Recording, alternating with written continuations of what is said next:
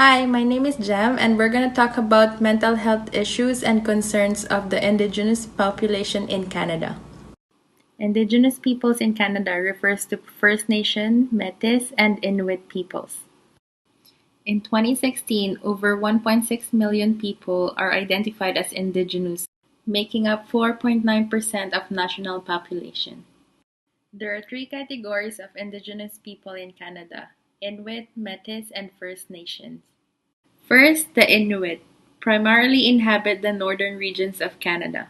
Next is Métis peoples. They are of mixed European and Indigenous ancestry and live mostly in prairie provinces and Ontario.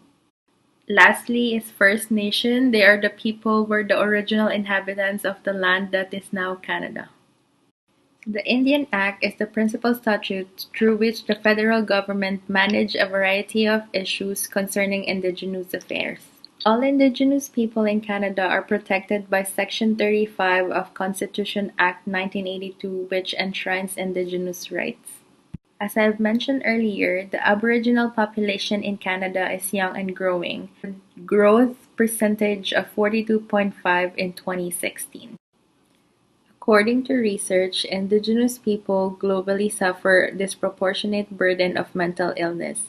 Research indicate that colonialism are important determinants of Indigenous people's health internationally.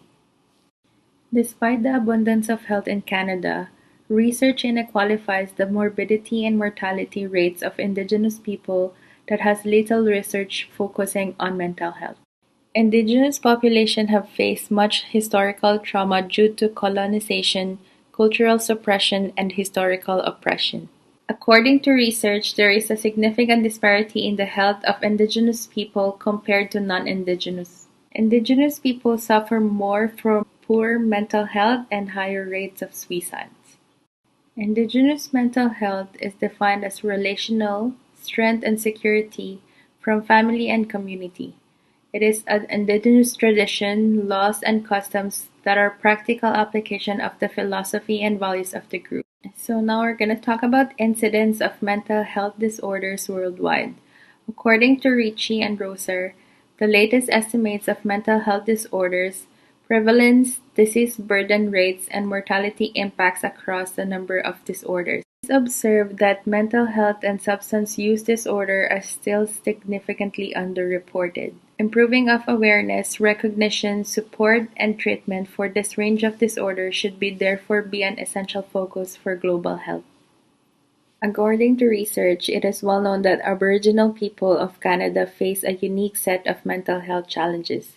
About 70% of First Nation adults living on reserves felt imbalanced physically, emotionally, mentally, and spiritually. As you can see, the Aboriginal people seeking help is high as 17% compared to Canadian average, which is only 8%. In spite of this, there are serious concerns about mental illness and social ills such as substance abuse, addiction, suicide, and violence among Aboriginal people and communities. The impact of European culture and loss of Indigenous culture, lifestyle, and self-determination is seen as a major cause of health and social problems in the population. Under politics, law, and legislation, there are three parts which consist of treaties, Indian Act, and Royal Commission.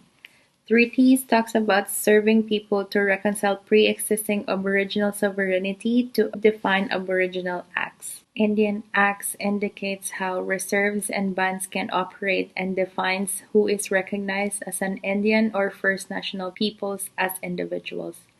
Royal Commission is also to assess the past government policies towards Aboriginal people, such as residential school, provided policy recommendation to the government as well. Indigenous determinants of health. Proximal determinants of health behaviors, over or misuse of alcohol, excessive smoking, higher rates of heart disease, lung cancer, and depression. Health effect of alcohol and smoking.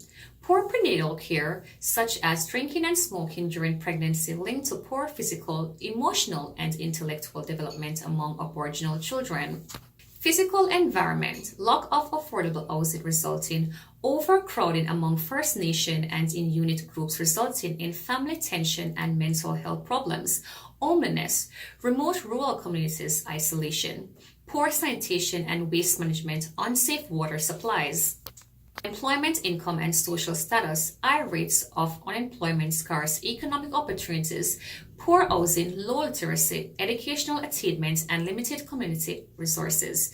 Poverty linking to social exclusion, low social cohesion, anxiety, insecurity, and low self-esteem. Education, inadequate education opportunities, poor literacy, and limited skills due to inadequate education, high rates of school dropouts amongst youth, lack of capacity to promote education among children, access to adequate food, limited access to food due to poverty, compromised diet, unhealthy nutrition, food insecurity relate to chronic conditions such as obesity, distress, and depression. Intermediate determinants of health, healthcare systems, limited accountability of public health programs, fragmented delivery and jurisdictional ambiguity, limited social access to healthcare, culture, language, difficult accessing healthcare due to long wait lists, low income and rural isolation communities. Educational system, underfunded programs such as Aboriginal Head Start, lack of focus on Indigenous content and learning style for Aboriginal high school students. Educational system pays limited attention on social determinants, obstacles for Aboriginal children. Community infrastructure, resources and capacities, limited infrastructure and resource development opportunities contributing to economic insecurity and marginalization, inadequate social resources, qualified individuals, fragmented and unfunded programs.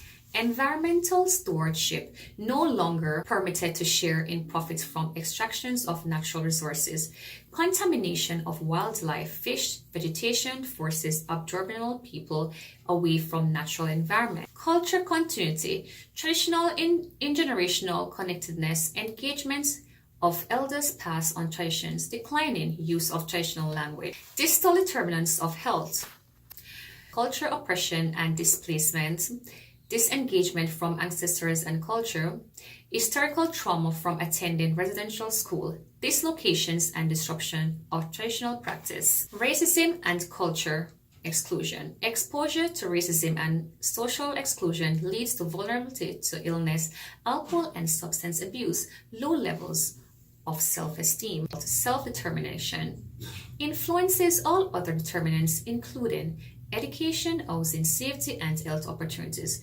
connecting between self-determination and community level and health outcomes. Link at the individual level between persons believe that are in control of their lives and depression. Parity mental health concerns among the Indigenous.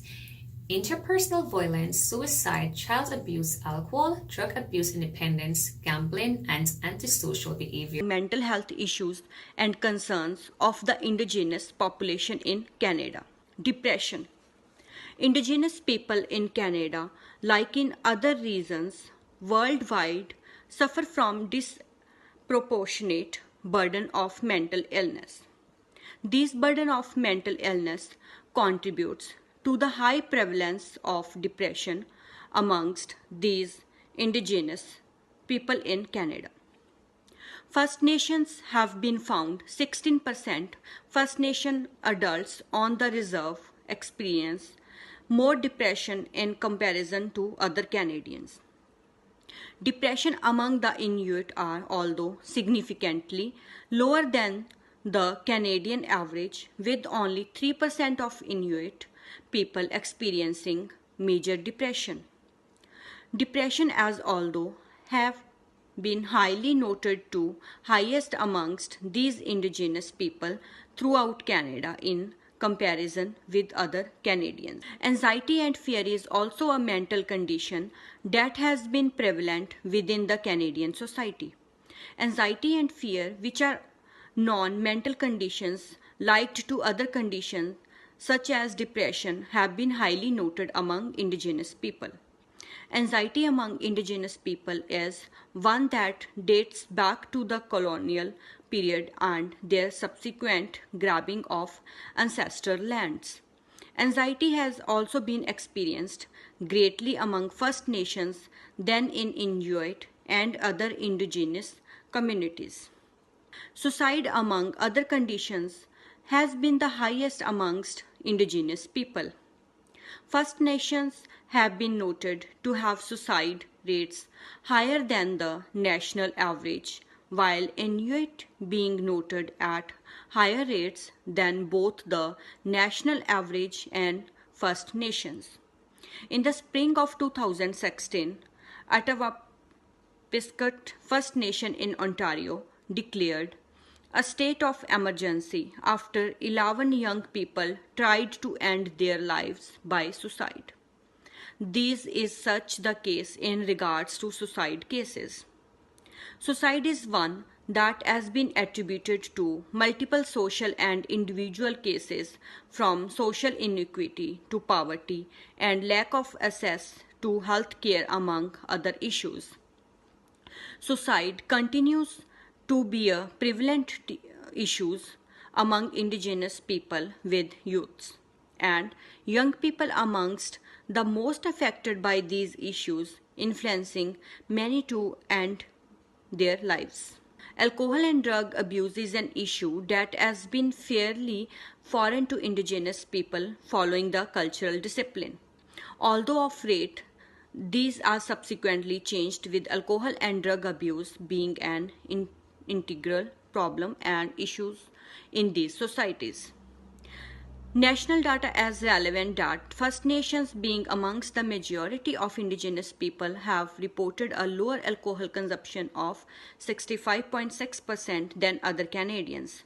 Health related issues on alcohol and drug abuse have been highly noted throughout these indigenous people, of rate a cause for concern among these communities. Alcohol and drug abuse has also been recorded to be higher in young people and youth with these indigenous people than other generations. Reasons that alcohol and drug abuse has become these of concern by the governments as well as the communities themselves. Thank you.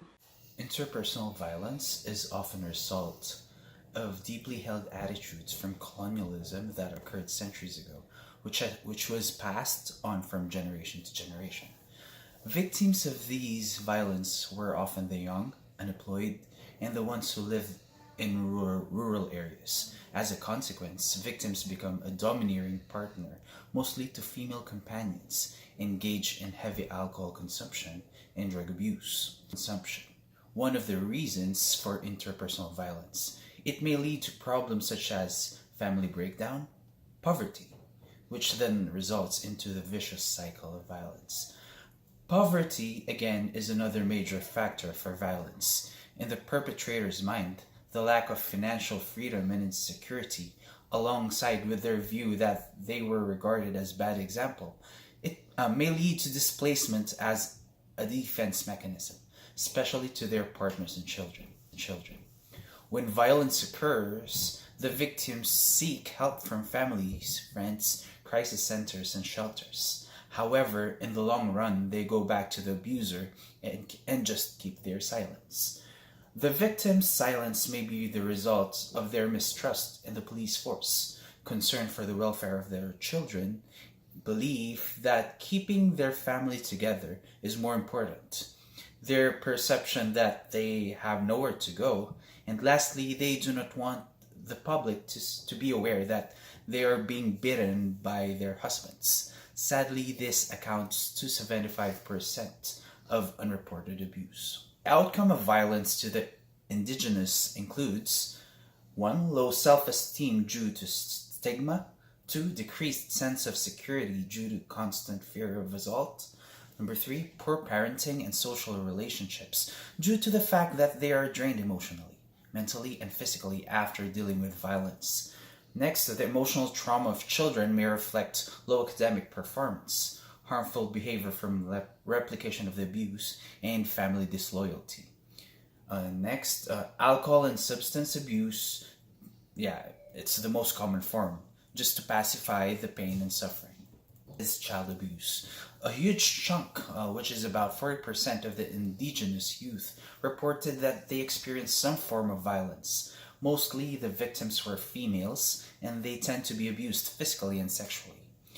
3 out of 4 abusers to children were family members, and almost half of the children under the age 15 in the foster care are indigenous. And a significant value, which is like 1 out of 5 children, are being neglected.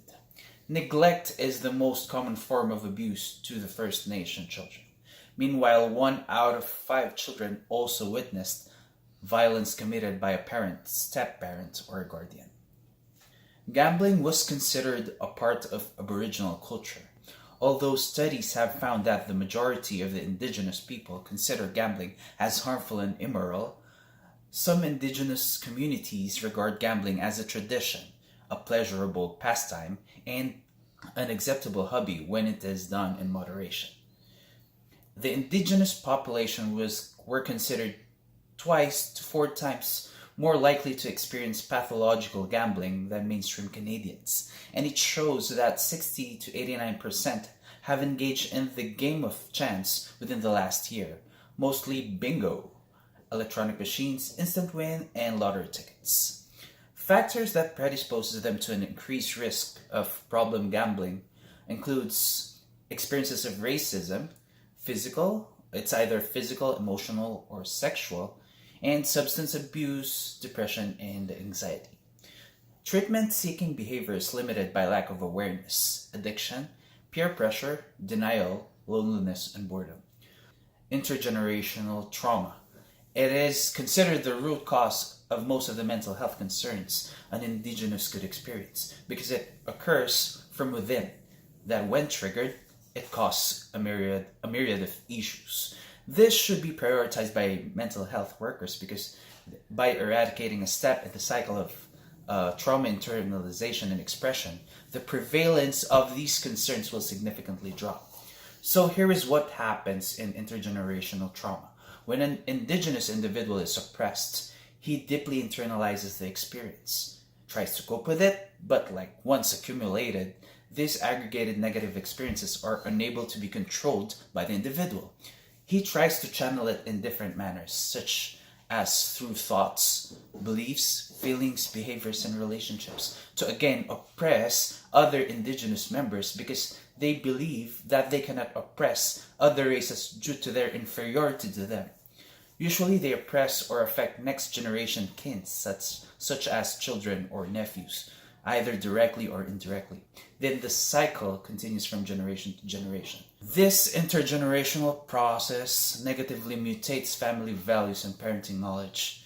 For example, the historical issue of residential schools, like removing children in their homes, reduce their practice of their parents to perform roles of the family, and nurturing and transmission of their family values, because they do not have contact with each other. I will be discussing the application of the nursing process to address mental health issues and concerns of Indigenous people. First is the assessment and identification of mental health issues and concern. Second, planning of community health interventions. Third, the implementation of these interventions. And the fourth one is the evaluation of the effectiveness of the intervention. Community health nurses, we should assess geographical location. Do they still live in an island or camps or any remote areas? Or did they move to the town or city? We also need to assess personal and social issues. What are their current health status? Do they have depression, anxiety? What are their lifestyle? What are the issues that affects their day-to-day lives? Do they use any drugs? How long? And what kind of drugs? We also need to assess the social determinants of health, like education, employment, what are their nature of work, and their income. Is it enough for them to survive? We also need to assess their family history. What are their Aboriginal identity? Are they Métis, Inuit, or First Nation? We also need to assess their tradition, language, and culture. Do they consider language as a barrier? What are their cultural practices? Do they still continue to practice culturally Cultural discontinuity has been linked to high rates of depression, alcoholism, suicide, and violence in many communities, with the most dramatic impact on youth. Did they ever experience racism? In what ways? Did they ever feel that they are socially isolated or oppressed? When the stigma is layered with racialized discrimination and experiences of colonialism, it is likely to be much more difficult for Indigenous people to seek help. What are their mental and cognitive health status? Do they have access to government services and programs to plan for the community health interventions? First, we have to recognize the indigenous knowledge. Next is to establish a SMART goal. Third one is to decide who will benefit the intervention. Next is to empower for community participation. Next is to determine and increase availability of resources. And the last one is to initiate community networks. First is the recognizing of indigenous knowledge. What do they understand? What are their philosophies upon interaction with the community? Indigenous knowledge refers to informed decision-making about day-to-day life. When establishing a SMART goal, we need to be specific, measurable, attainable, relevant, and timely. We need to make plans that are achievable. Next one, decide who will benefit the intervention. Is it for the children, youth, or adults? We need to encourage community participation. Community involvement is vital in the application of nursing intervention and achieving the goal. Determine the increased availability and resources. What are the resources available in the community? Can we ask help and recommendation from different sectors present in the community? Initiate community networks. We have to establish connection in order for us to develop a plan of care. Mental health programs and services. Mental health services are limited for Indigenous population due to location and accessibility. A large percent of Indigenous population have expressed that their healthcare needs are not met, either due to availability or cost, which are not covered by insurance. The programs and services include Brighter Future and Building Healthy Communities, National Aboriginal Youth Suicide Prevention Program, National Native Alcohol and Drug Abuse Program, Non-Insured Health Benefits, Indian Residential School Mental Health Support Program, Jordan's Principle. Brighter Future and Building Healthy Communities. It includes two programs, Brighter Future Program and Building Healthy Communities Program. Brighter Future Program. It is a community-based program for promote health and prevent illness. This program consists of 5 components: mental health, child development, parenting, healthy babies, and injury prevention. In mental health, the goal of this component is to promote the development of healthy communities through community-based mental health programs, services, information and awareness activities, counseling are some of the ways communities have promoted the health of their community. Child development. The component aim to ensure that child receive the nurturing that need to reach their full potential. Third one is parenting. The aim of this component is to promote culturally sensitive parenting skills. Healthy babies. To improve the health and well-being of mothers and babies is the aim of this component. Injury prevention. The goal of this component is to prevent injuries. Guiding principles for Brighter Future program. It is a holistic approach program. A holistic approach is best achieved when the 5 components of the program are coordinated and linked with each other. It including all the community members. It meets the needs of the community. The program design should occur at a pace determined by the community. Next one is Building Healthy Community Program. This program assists First Nations and Inuit communities. The component of this program include solvent abuse, mental health crisis management. In mental health crisis management, it enables First Nations and Inuit communities to respond to crisis. In addition to that, it helps community to receive crisis-related training such as suicidal prevention training. National Aboriginal Youth Suicide Prevention Strategy. One of its priorities is the development and implementation of a national Aboriginal youth suicide prevention strategy that aims to increase resiliency and protective factors and reduce risk factors associated with Aboriginal youth suicide. National Natives Alcohol and Drug Abuse Program. This program generally covers 3 key areas: The first one is prevention activities. The aim is to prevent serious alcohol and other drug abuse problems. The activities include public awareness campaigns, public meeting, public speaking, and school health programs. The second one is intervention activities. The aim is to deal with existing abuse problems at earliest possible stage. The programs include recreation activities for youth, discussion groups and social programs, and native, spiritual, and cultural programs. The third one is aftercare activities. The aim is to prevent alcohol and other drug abuse problems. The activities include counseling, sharing circles, support groups, crisis intervention. Next one is non-insured health benefits. It includes mental health counseling benefits. This program supports for an immediate mental health needs and provides only for the eligible clients. Next one is how to access mental health counseling benefits. Referrals can be made by a parent or guardian, family doctor, community workers and agencies and school staffs. It covers for an initial assessment and counseling up to 20 sections. This program only delivered by eligible mental health providers. Indian Residential Schools Resolution Health Support Program. It provides mental health, emotion and cultural support services to eligible students and families.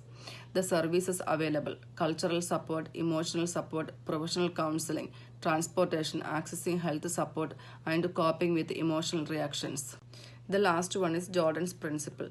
Jordan's Principle find out the needs for the First Nations children, help with the social and educational needs, support children who needs help right away, making long-term changes for the future. Jordan's Principles working with the provinces, territories, indigenous partners and service organizations for funding. Thank you.